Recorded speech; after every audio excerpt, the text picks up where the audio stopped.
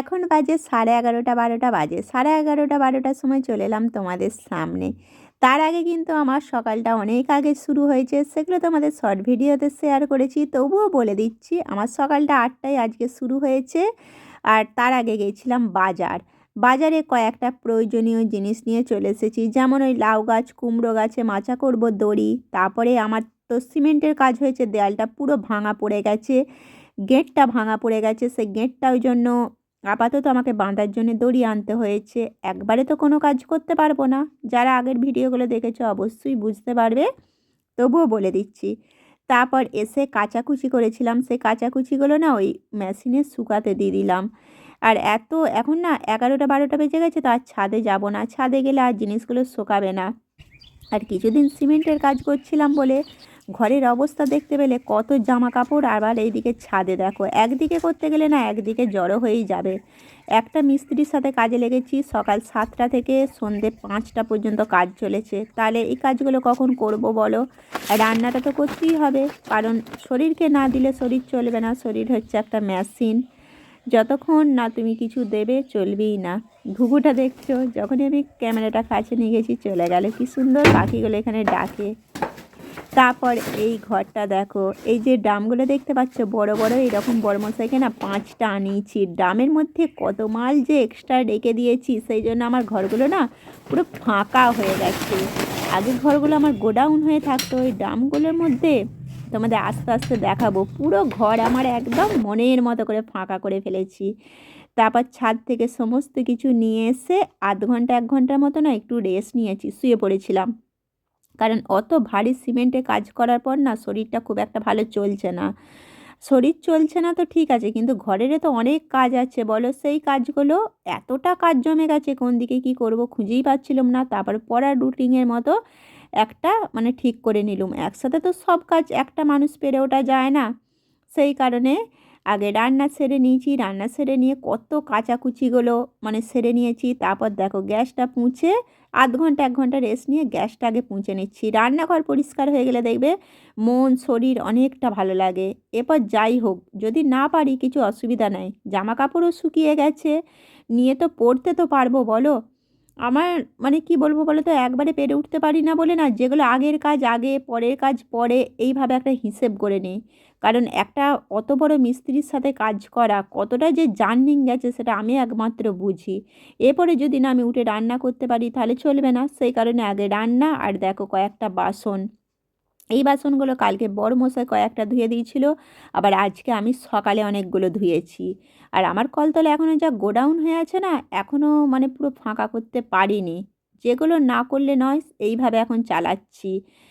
এত সেই পড়ার চাপের মতো চাপ হয়ে গেছে, হালকা হালকা করে সারছি। তারপরে এই বাসনগুলোকে ভরে দিচ্ছি, শুকিয়ে গেছে।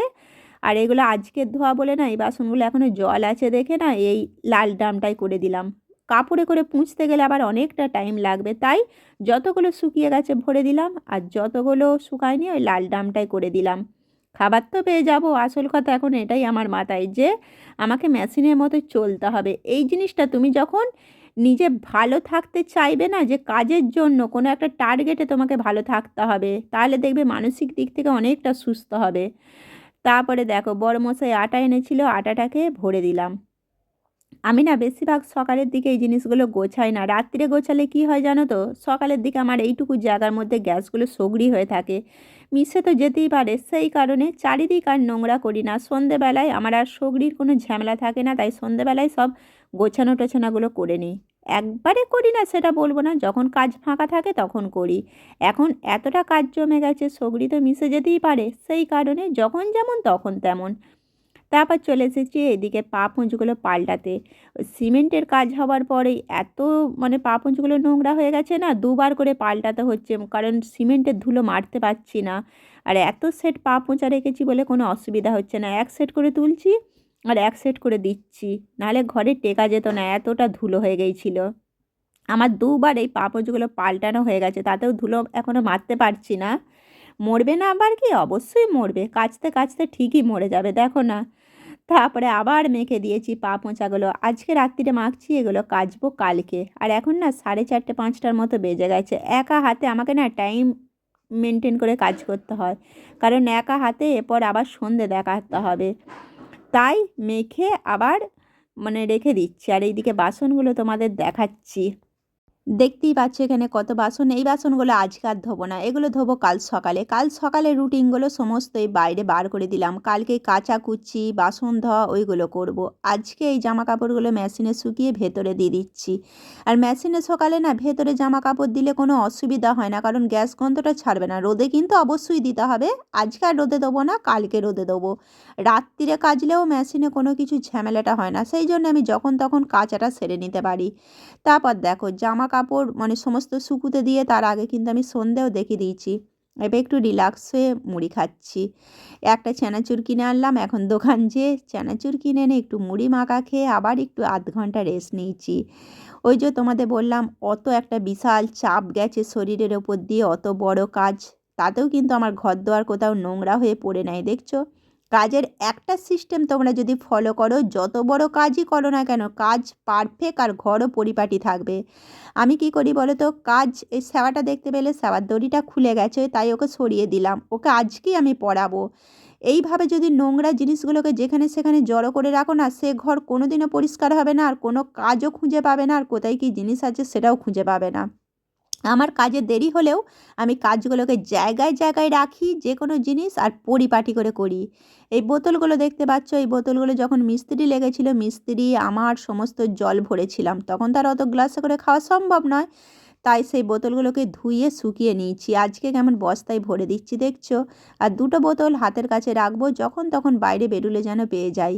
আর এই বস্তায় করে বোতলগুলো ভরে দিয়েছি। আর আলমারির যে আবোল থাবোল মালগুলো ছিল না, সেগুলো সেই ওপরে দেখতে পেলে যে লাল ড্রামগুলো এনেছি তার মধ্যে ভরে দিয়েছি। সেই জন্য আমার আলমারি কত ফাঁকা, ঘরও কত ফাঁকা হয়ে গেছে। দেখো, অপ্রয়োজনীয় মালগুলো সমস্ত ড্রামে ফেলে রেখে দিয়েছি।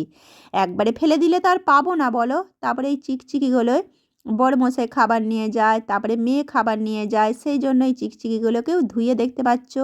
আমার একটাই সিস্টেম, আমি কাজে হয়তো দেরি করতে পারি, কিন্তু জায়গায় জায়গায় জিনিস রাখি আর গুছিয়ে পরিপাটি করে কাজটা করি। এতে কাজটা অল্প করলেও না কাজটার কোনো কী বলো তো, কোনো এদিক ওদিক হয় না। দেখতেই পাচ্ছ আমার ঘর দুয়ার। এবার সেওয়ার দড়িটা পরিয়ে নিচ্ছি, পরিয়ে নিয়ে আজকের এরপর রুটিন হবে ঘর দুয়ারটা ঝাঁট দেবো। সেই কারণে না আজকে আর বাসনগুলো ধুইনি, কারণ একদিন দুদিন ঘর দুয়ারগুলো ভালো ঝাঁট পড়েনি। বাসনটা আমার কালকেও ধোয়া হয়ে যাবে, কোনো অসুবিধা নেই। অতগুলো বাসন তোমাদের ওখানে দেখতে লাগছে, কিন্তু ধুতে গেলে 1 ঘন্টা লাগবে, কারণ আমার এই কলতলাটা না এখন মনের মতো করে ফেলেছি। বসে বাসন ধুলে কোনো কিছু কষ্টই লাগে না, কিন্তু টাইম, সময় আর শরীরটা তো লাগবে বলো। এরপর তো একটু রেস্ট নেওয়া দরকার, কারণ এখন 6:45 বেজে গেছে, আমার ঘর দুয়ারও ঝাঁট দেওয়া হয়ে গেছে। আর ঝাঁট দেওয়ার বুদ্ধিটা কেমন করেছি দেখেছো, এই মপটা না আগে কিনেছিলাম, এটা ভালো একদম ঘর পোঁছা যেত না, তাই বড়মশাইকে বললাম ওপরে স্টিলের ওই গোলটা ছাড়িয়ে দিল। দেখতে পাচ্ছ, নাহলে 14 বার আমাকে ধুলো ফেলতে না বাইরে যেতে হতো। আর ধুলো যদি একবারে টানি না, এই ধুলো সেখানে উড়ে যায়। সবসময় আমি ধুলো অল্প অল্প করে তুলে নিই, সেই জন্য আমার ঘর দুয়ার ঝাঁট দিতে কোনো কষ্ট হয় না, আর কোনো টাইমও লাগে না। আমার ওইদিকে ঘর দুয়ারও ঝাঁট দেওয়া হয়ে গেল, তারপরে বাইরে বার করে দিচ্ছি। আর রাত্রিরে তো এই ময়লাগুলো আর ফেলবো না, বাইরে রেখে দিচ্ছি। সমস্ত বাইরের কাজগুলো জড়ো করে দিলাম, কালকে বাইরে বেরোবো, সকালে বাইরের কাজ সেরে ফেলবো। আর চা খাওয়া হয়েছিল, এগুলো হচ্ছে সব চায়ের জিনিসপত্র, ভেতরে কিচ্ছু রাখছি না, তাহলে না ভেতরে গ্যাস গন্ধ হবে। এখানে সমস্ত কিছু জল খাইয়ে রেখে দিচ্ছি। বাসনগুলো ভালো করে জল দিয়ে রাখলে কোনো সময় লাগবে না আমার, সমস্ত কিছু এখানে ব্যবস্থা করেই রেখে দিয়েছি। এখন বাজে 7টা, এরপর আমি একটু নিজের মতো টাইম কাটাবো। আমার নিজের মতো বলতে আমার মনের মতো একটু সেলাই আমাকে করতেই হবে, ফোনের এডিট করা আছে, তারপর একটুখানি ভিডিও দেখবো, ভিডিও দেখতে দেখতেই আর কি সেলাই। সেই জন্য এর পরের টাইমটা আমি একটুখানি রেস্টই নেবো, নাহলে কালকে না আবার কাজে বিরক্ত লাগবে। যাতে কাজে না বিরক্ত লাগে তার জন্য দেখবে নিজের মতো সময় কাটানোটা অনেকটা প্রয়োজন।